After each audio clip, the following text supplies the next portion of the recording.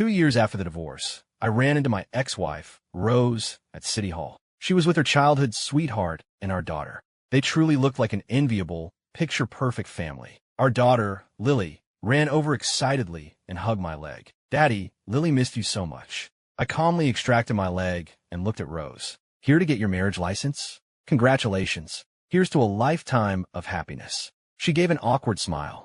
"I'm here for a divorce." Then she asked anxiously, "Are you getting married?" I waved the document in my hand. "I'm just getting proof of my single status."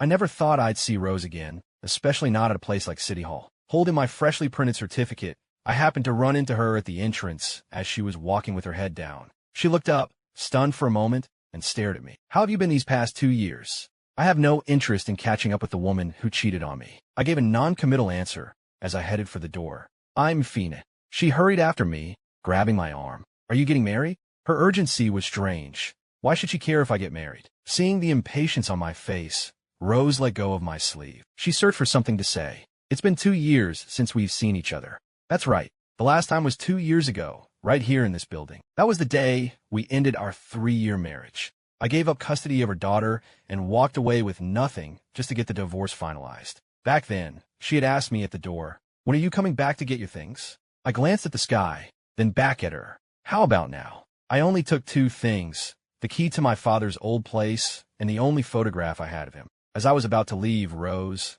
holding Lily's hand, said, "Leave the house key." My hand didn't pause on the doorknob. I replied quietly, "It's on the table." I heard her voice rise in frustration behind me. "You're the one who insisted on this divorce. Ethan has no family, no friends, and he's suffering from depression. What's so wrong with me spending time with him? Why are you so petty about it? Even Lily knows he needs companionship and warmth." I looked back and saw my daughter nodding enthusiastically, while Rose stared at me, her eyes filled with disappointment. Under their combined, accusing glares, I wheeled myself away as fast as I could. "Ethan had no family or friends," she said, "but I only had her and our daughter."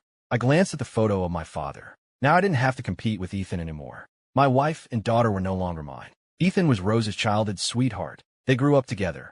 Ethan's father was the Harrison family's driver. When Rose was 7, she was playing around and managed to start the car. Her father gave his life to save her. After that, to repay this debt of life, the Harrisons practically adopted Ethan, raising him alongside Rose. When they were teenagers, their feelings for each other blossomed, and the handsome boy and beautiful girl became an item. They slept together, and when their parents found out, Ethan was sent to study abroad in Spain. For years, they maintained their long-distance romance online. This lasted until the COVID-19 pandemic hit, crippling the economy and plunging the Harrison family business into debt. It was around that time that I found Rose at a bar and saved her from a really bad situation. I helped Rose steer her family's company through the worst of it, and as the economy recovered, we welcomed our daughter, Lily. Then, at Lily's second birthday party, Ethan suddenly appeared. He stared at Rose with deep emotion, telling her how much he missed her, describing his agony with COVID-19 and the ordeal of getting back home. That day was also our 3rd wedding anniversary. Rose sobbed, trembling in Ethan's arms. Everything that followed was a familiar, painful cliché. Everything that was mine soon became his. Rose took Ethan for a complete physical. Not only did he have lingering complications, but he was also diagnosed with severe depression. Then, Rose happened to discover the scars on his wrists. "Make," she told me. "The doctor said patients who self-harm can't be left alone. They need love and support." I pressed her, refusing to accept it. "So what does that mean?" "He has no one else. I want to move him into our house so I can look after him." I stated flatly, "I don't have any other family, either." The moment I said that, Rose's face hardened. "How can you be so selfish? He's sick. He needs someone." "You're not sick." She might as well have said that if I didn't agree to let Ethan move in, I'd be the worst person in the world. Seeing her resolve, I didn't argue further. For the next few months, I buried myself in work while Rose stayed home to care for Ethan and Lily. I became a stranger in my own house. Then one day at the shop, a tire fell from a rack and crushed my lower leg. As I sat in the ambulance, a single thought crossed my mind. Good. Now I need to be taken care of, too. The injury was sudden, but not life-threatening. Rose didn't spare much time for me. By the time I was discharged, she had only made 2 token visits, neither lasting more than half an hour. It wasn't a critical injury, just a fractured tibia. But a broken bone takes time to heal. So I began my recovery under the same roof as Ethan. The difference was he stayed in the room next to the master bedroom upstairs, while I was put in the guest room downstairs. Rose said it would be too difficult for me to manage the stairs with my leg. Make, you don't mind, do you? His room is closer, so it's more convenient for me to look after him, and it saves you from having to climb the stairs. I don't mind, I said. Out of basic human decency, I could tolerate it. As long as her care didn't extend into his bed, I told myself I didn't mind. Ethan made a point of coming downstairs to check on me every day, always when Rose was around. One day, he mentioned how the steroid medications were making him gain weight. As he said it, his mood visibly sank, and just like that, what little attention Rose had for me was gone. She immediately whisked Ethan and Lily away to go for a walk and get some exercise. It looked like a perfect, happy family of three. That evening, I stared at the table full of takeout containers Rose had brought home, my appetite gone. It was all of Ethan's favorite dishes, and all things I was supposed to avoid. Rose's face was flushed as she ate. Make, why aren't you eating? This spicy Thai food Ethan picked is amazing. The doctor told me to avoid spicy food, I said. Rose paused for a second. I just wanted to cheer Ethan up, so he'd eat more and get better. It's just a broken bone. A little bit won't hurt, will it? I tightened my grip on my fork, glanced at the smug, challenging look on Ethan's face, and said, no, it's fine. Out of some stupid sense of pride, I ate the spicy food. Despite chugging water afterward, my leg became inflamed, and I spiked a high fever. This time, Rose actually came to the hospital with me. My fever hadn't even broken when we got the news. Ethan had followed us to the hospital. He'd had a depressive episode and cut his wrist. When Rose rushed off to his private room, she forgot to take Lily with her. In my feverish haze, I heard my little girl's sweet voice making a wish. For a moment, I felt a surge of comfort. No matter what Rose did, at least my daughter was mine. I wish my daddy would die from his fever, she said. Then Uncle Ethan could be my daddy. Someone asked her why she wanted a new dad. Uncle Ethan is clean and handsome, and he smells nice. My own daughter, the one I had doted on her entire life, thought I was dirty and smelly and wanted to replace me. Rose took Lily to stay with Ethan in his private room, while I was in a standard ward with a hired nurse. To the doctors, the staff, and all the other families on the floor, they looked like a family of three. Ethan sent me a photo via iMessage with a taunt. You're just a greasy mechanic. How can you possibly compete with me? In the picture, Rose was asleep in his arms, wearing her pajamas. On his other side, our daughter Lily was sleeping soundly, her little rear end sticking up in the air. I stared at that photo all night. I kept confirming that the bed they were in was the one I had spent weeks searching all over town for when we got married. As the sun came up, I knew it was time for me to wake up too. Before I could even bring up divorce, Rose came storming into my room. Apparently, Ethan's mother had somehow found out where he was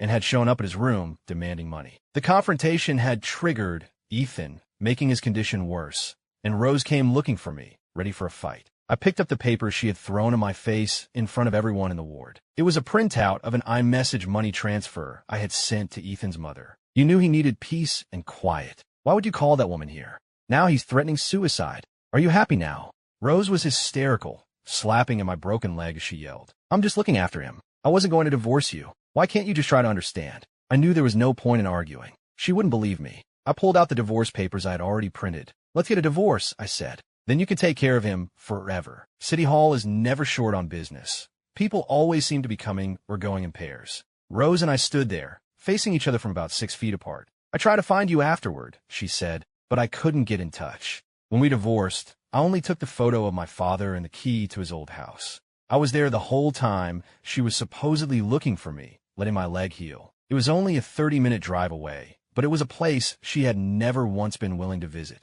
Even the background in that photo of my dad, she would have recognized it if she'd ever bothered to look closely. Do you need something? I asked. Rose looked at me, hesitating, before finally saying meekly, Lily has been asking for her daddy. She says she misses you.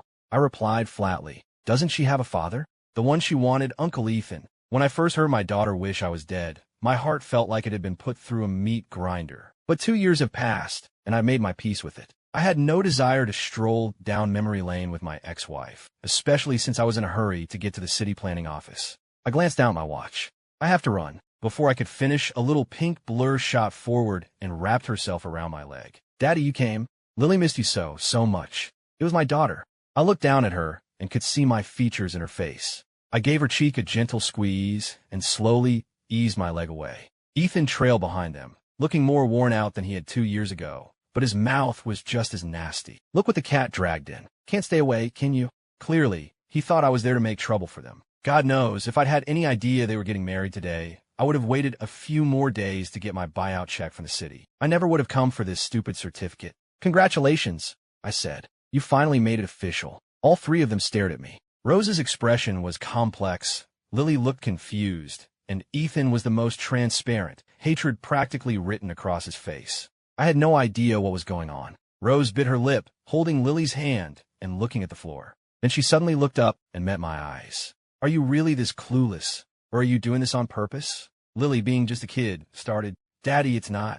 Rose cut her off. I'm here to finalize my divorce. My brain couldn't process it. I had been wondering why, after everything, it took them so long to get married. It turned out they already were, and now they were getting divorced. What on earth had happened over the past 2 years? Seeing me frozen, Lily came over and tugged on my sleeve. Daddy, please come home with me and Mommy. I snapped out of it and just patted her on the head, not saying a word. She was still my daughter, a child I had once adored. I couldn't bring myself to hurt her. My silence must have given Rose some false hope. I cut her off. There is no we. Now, it was her turn to look shocked. But you said you're single. I almost laughed. And being single means I have to get back with you? She said, a bitter edge to her voice. I'm getting divorced right now. You're Lily's father. We're supposed to be together. I was almost impressed by her twisted logic, but I had no intention of arguing it. Lily grabbed onto me again. Daddy, I'm not letting you go. I gently pried her fingers off my jacket. Daddy has to go. I'll see you later. She was insistent.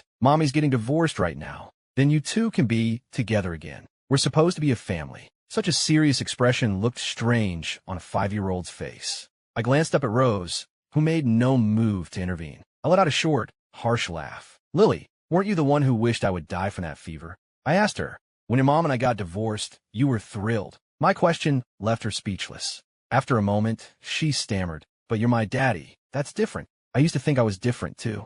Then my own daughter wished me dead. When she saw her words weren't working, Lily burst into tears and started making a scene. She cried and demanded that I get back together with her mom, pulling on my arm to go home with them. The shrieking of a 5-year-old quickly drew a crowd. The situation was escalating. A security guard had to come over to keep things calm. Rose finally decided to speak up. She hasn't seen you in 2 years, Make. Lily's just emotional. I met her gaze directly, refusing to play along with their little act. Make, I'll let this slide, you tracking me down like this. I won't hold it against you. For a second, I thought I'd gone deaf. It was more plausible than her being that delusional. I needed to get away from this woman. Ethan, who had been silent until now, stepped forward. Rose, you can't just believe him when he says he's single. He's probably slept with half the city by now. Rose shot back. Ethan, just because you have a filthy mind doesn't mean everyone else does. Not everyone lies for a living like you. Was it fun, faking your depression? Ethan's already pale face went completely white.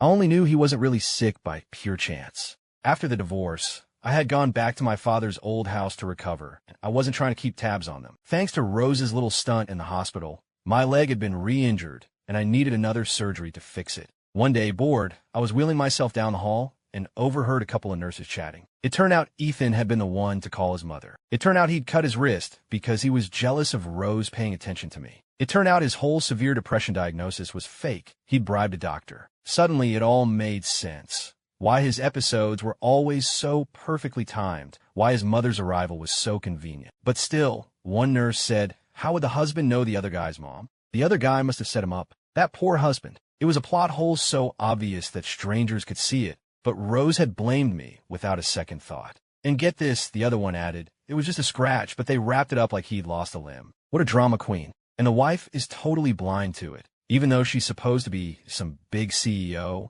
See? Even strangers saw how pathetic Ethan's scam was. But he had correctly gambled on Rose's devotion to him. His lies were full of holes, but they were enough to push me out the door. I didn't expose him then, and I hadn't planned it today. But I had underestimated Ethan's audacity. Fine, let them have at each other. Rose's face was a mask of disbelief. She stared at Ethan. You're not sick? The suicide attempt, the wrist, it was all fake. Ethan's arrogant expression crumpled into one of a deeply wronged victim. No, Rose, you saw the cut. I still have the scar. Just then, their number was called for the divorce filing. Ethan grabbed Rose's arm, trying to pull her along. Let me get to the bottom of this before we talk about divorce, she said, pulling her arm free. When her emotions weren't involved, Rose could actually be sharp. No matter how well Ethan played the victim, A seed of doubt had been planted in Rose's mind, because she knew I don't lie.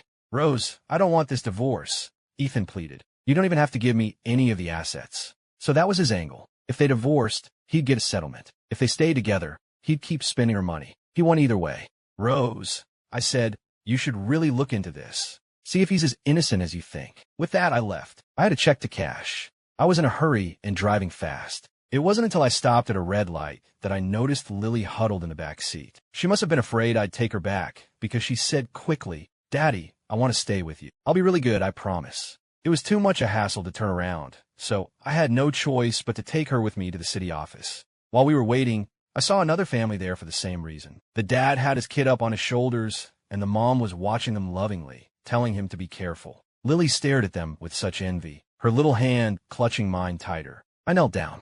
You want to do that? She nodded, then quickly shook her head. You could just hug me. I don't need to sit on your shoulders. Her voice trailed off, and her eyes were filled with a hint of fear. I remembered how she used to be all over me the second I got home from the shop. She practically grew up in my arms. Now she was so envious of another kid on their dad's shoulders that she was afraid to even ask for a hug. I slowly lifted her into my arms. For a 5-year-old, she felt as light as a feather. Doesn't your new dad pick you up? Lily wrapped her arms tightly around my neck. He says I'm too heavy. He says I'm a big girl and have to walk on my own. I never thought she was heavy. I used to rush home just to hug her and toss her in the air. But then again, she thought I was smelly. I carried her back to the car, and we sat facing each other in the back seat. I looked at her seriously. Lily, your mother and I are over. We are never going to live together again. She looked down, her little lips pressed together, as silent tears started to fall. In the past, if she had asked for my heart, I would have torn it out of my chest for her. I never would have let her cry like this. But now, all I could do was sigh and wait for her to stop. I thought you liked Ethan, I said. Weren't you happy to have a new dad? Between sobs, she managed to say, I was at first, but Mommy said you didn't like him, and you were mad at her. So when you left me too. She explained in broken sentences, but I got the gist. She was happy at first, but then things changed. Lily, it's not that I don't want you, but weren't you the one who wished I would die, so Ethan could be your father? Her eyes welled up and huge tears rolled down her cheeks. It's true that I asked for the divorce first, but that was after you and your mother had already chosen Ethan. Lily, I never abandoned you. You'll always be my daughter, but that's all we can be. She threw herself into my arms, crying into my shirt. I sighed and patted her back. Is Ethan mean to you? That only made her cry harder. He was nice before, but after he married Mommy, he stopped paying attention to me. He says I need to grow up and stop being a baby. Of course, he'd already won the prize. Why would he bother charming the kid anymore? Seeing my silence, Lily looked up at me cautiously, her eyes pleading. Daddy, I know I was wrong. You're my only real daddy. Please don't be mad at me anymore, okay? She wiped her tears with the back of her hand. I know Mommy misses you too. Please come home, Daddy. We're supposed to be a family. Looking at my 5-year-old daughter, I felt more disappointment than anger. I'd already made my peace with it the day she wished for a new father. She was still my daughter, but nothing was the same. Lily, I have my own home now. Your family is your mother and Ethan. When I drove her home, she refused to get out of the car. I had to physically carry her to the nanny before turning to leave. Rose came running out after me. She said she was busy dealing with the Ethan situation and didn't have the energy for Lily, asking if her daughter could stay with me for a few days. I told her it wasn't a good time. Make, I know you're mad at me, but Lily is your daughter too. I don't trust anyone else with her. It's really not a good idea, I insisted. I'm living at the garage right now. It's not safe for a kid. Rose had no other choice but to let me go. She stood in the doorway, holding onto our crying, struggling daughter. Maybe she was angry that I wasn't begging to get back together, or maybe Lily's crying set her off. She ran up and grabbed my arm. You were the one who couldn't handle me taking care of Ethan. You insisted on a divorce and abandoned your own daughter. I never even blamed you for sicking his mother on him. Her logic was astounding. I yanked my arm free and headed for my car.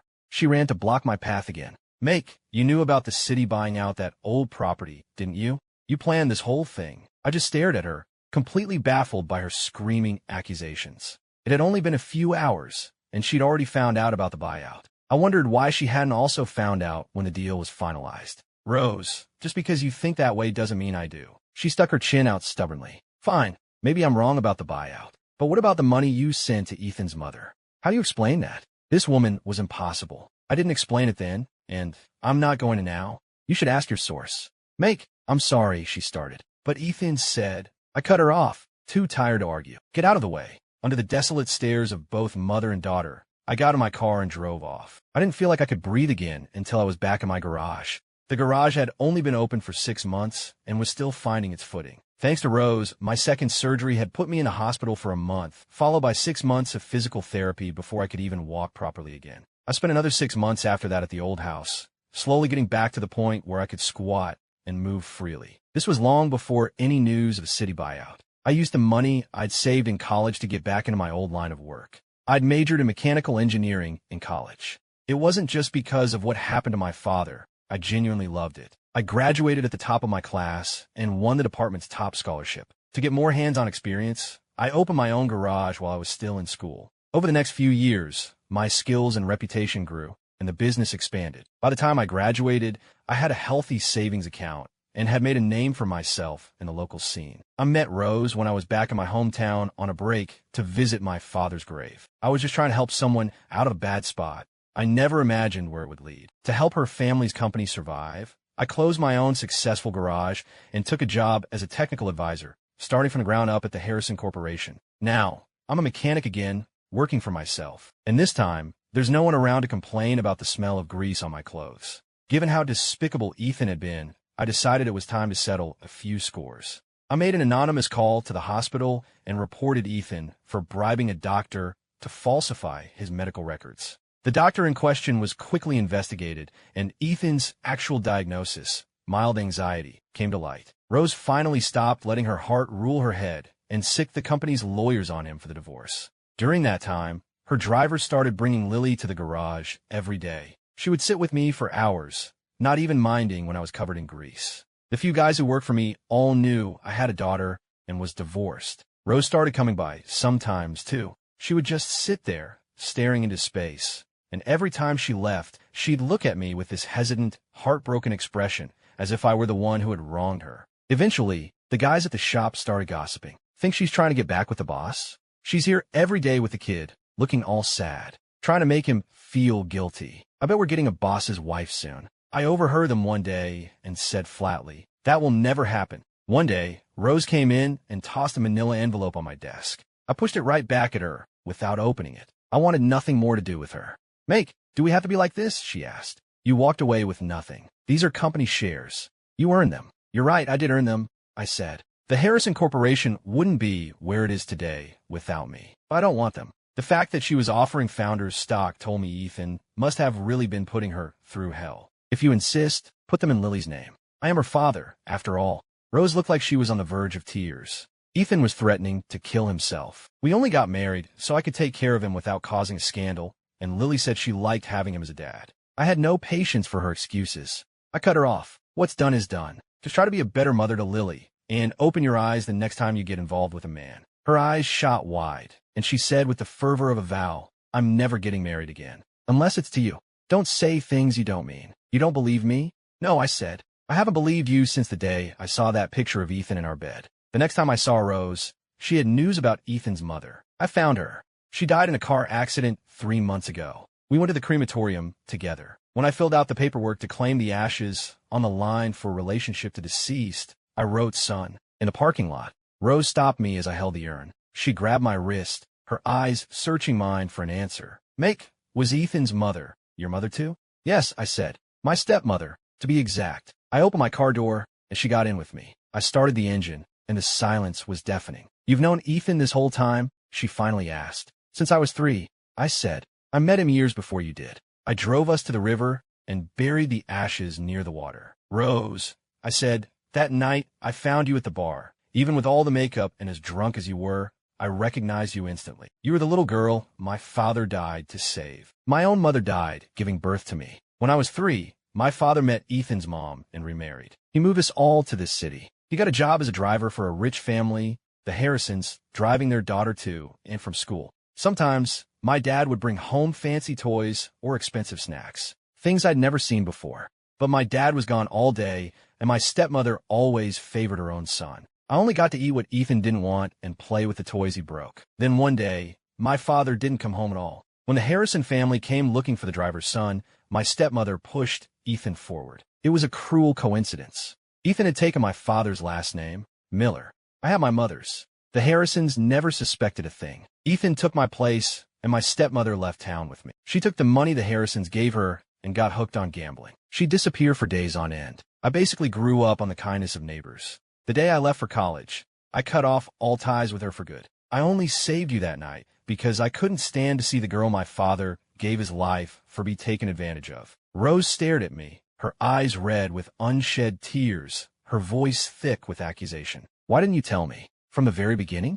When Ethan showed up, why didn't you tell me you knew him? I thought about it, I said, but you were sobbing in his arms so hard you could barely breathe. There wasn't an opportunity. And after that, what would have been the point? I could have exposed Ethan right then and there, but what good would it have done? Stay with a cheating wife and a daughter who wished I was dead, and just live miserably ever after? No. So I said nothing. I just left. Rose looked at me, tears streaming down her face, and I could tell she thought this was all somehow my fault. I only put up with Ethan because of what your father did for me, she cried. I never wanted a divorce. I always thought we would grow old together. I felt sick to my stomach. Rose, you're not a stupid woman, but you have always been willfully blind when it comes to Ethan. You enabled him, you covered for him, and you used your debt as an excuse for your own feelings. His depression was fake, his identity was stolen. Even his own mother showing up was a stunt he orchestrated himself. The whole scam was full of holes, and you never once questioned it? Rose, even if you came crawling back, I wouldn't take you. I will never, ever be with you again. When I saved you, I was thinking of my father, and I don't regret that part. But I should never have married you, and we should never have had Lily. Some things, I guess, are hereditary. Luckily, it's not too late for me. I'll pull myself out of this mess. My brutal honesty completely shattered her pride. Her lips trembled as she asked in disbelief. So you were never jealous of Ethan? You divorced me just because you didn't want me? You didn't want our daughter? Where was the brilliant mind of that corporate CEO? She always missed the point. To put an end to this once and for all, I met her sad, vulnerable gaze and lied. Yes, the moment I got that picture of your perfect little family, I was done. Let them be a happy family and destroy each other. As I drove away, I saw Rose crumpled on the ground, her body shaking with sobs. But what could I do? We were never meant for each other. I watched her shrinking figure in my rearview mirror and whispered to myself, it's over. It's finally over. I went to visit my father's grave. I told him I was divorced now and that my stepmother was dead. But I also told him that I was doing okay. I picked a handful of the wildflowers that used to grow behind his old house and laid them on a headstone. Dad, I said, I opened up the garage again. The wind rustled the flowers, and for a moment, the smile in his photograph seemed to grow warmer. Don't worry about me, Dad. I'm going to be okay. I leaned back against the cool stone, tears streaming down my face. Ethan showed up at the garage, slamming his hand on my desk. Are you happy now? You've been a scheming bastard since we were kids. I'm not going to lose to you. He was practically screaming. I just wanted the money. I wasn't bothering you. Why can't you just leave me alone? His face was red, and he was hysterical, acting like he was ready to burn everything to the ground. From his rant, I pieced it together. So Rose didn't give you a settlement, and you were planning to skip the country on your mother. At the mention of money, he got angrier. At the mention of his mother, his eyes shifted and his face went pale. He stammered a few denials and then left in a hurry. I'd had my doubts about my stepmother's accident, but I'd never considered Ethan. His reaction today made me wonder. It wasn't long before I heard Ethan was in prison. After I cut her off, my stepmother had started blackmailing him, her demands growing bigger each time. She threatened to expose his real identity. One night, drunk and furious, he'd hit her with his car. About a month later, Rose showed up at the garage again, with Lily in tow. She was dressed the way I used to like, and even Lily was dressed up. I sold the house, she said. I got a new car. I've erased every trace of Ethan from my life. Make, can we please start over? She reached out and took my hand. As she looked at me with hopeful eyes, I pulled my hand back and wiped it on my jeans. You can sell things and throw them away, I said. But what about a person? I can't forget that he touched you. My words were cruel, and she flinched as if I'd struck her. She tried to sound brave. I know I hurt you. It's okay if you don't love me now. I'll wait until you do again. She was so confident. I, however, have no interest in picking up someone else's leftovers. Lily came and hugged my legs. Daddy, I miss you. Mommy misses you too. Please come home. I looked down at them with a cold expression. Don't come here again, I said and walked away. I was out of town for a week for a technical conference. When I got back, my receptionist told me Rose had been there every single day. Sometimes alone, sometimes with Lily. She would just sit for hours, not saying a word, just staring at that old photo of me and my dad. When I walked into the garage, Rose's face lit up. I was about to tell her to stop, that this was pointless. But then she held up her hand. On her ring finger, She was wearing her wedding ring. We don't see each other for 2 years, and then we run into each other at City Hall of all places. Don't you think that's fate, Make? Giving us another chance. I stared at the ring on her finger. I threw mine away the day we signed the papers. That's okay, she said, opening a small, blue velvet box. I had a new one made for you. I walked over and picked up the ring inside. I held it up to the light. It's a shame, I said. This isn't my size. I slowly closed the lid of the box. Just like us. It was never the right fit. Rose just stood there, frozen, holding the box out to me. How was it wrong? Why can't we make it work? Rose, I said gently. I came in today to tell you I've sold the garage. The new owner takes over next week. That old property my father left me, it included the large plot of land behind it. The city bought it all for a new development project. I came into a lot of money overnight. I'm moving to New York City to start a new business. You're leaving. Her voice was sharp with panic. For good. What about Lily? Are you just going to abandon her again? Lily will always be my daughter, I said. I'll come visit when I can. But that's it. I went to explain things to my crew. When I came back to my office, Rose was still standing there, stunned. I took the photo of my father off the wall and walked out. I heard later that she offered an insane amount of money to buy the garage, but I refused. The new owner on paper is an old college buddy of mine. It's just a front to keep Rose away. With some people, you have to cut all ties completely. On the day I was leaving town, Lily must have found out somehow. She was waiting for me at the gate of my apartment complex. There was no avoiding it. She saw my car and started running towards it, crying and calling out for her daddy. Rose trailed behind her, looking pale and exhausted. Daddy, are you leaving me again? Don't you want Lily anymore? I picked her up and held her close, rubbing her back. You'll always be my little girl. Are you going to get married again? She asked. And have other babies? I glanced over at Rose, who was staring at the ground, pretending she couldn't hear. Yes, I told Lily. One day, Daddy will marry someone he loves very much, and will probably have more kids. Both of their faces fell. A clean break had to be absolute. I told Lily goodbye. As I started to pull away, I heard her small voice call out, Daddy, I'm sorry. But it was too late. It had been over for a long, long time. My second year in New York City, I won the National Award for Automotive Technology. My third year in the city, I met a woman who was gentle and kind. My fifth year in the city, we had a daughter of our own. And from that day forward, my life has been nothing but sunshine.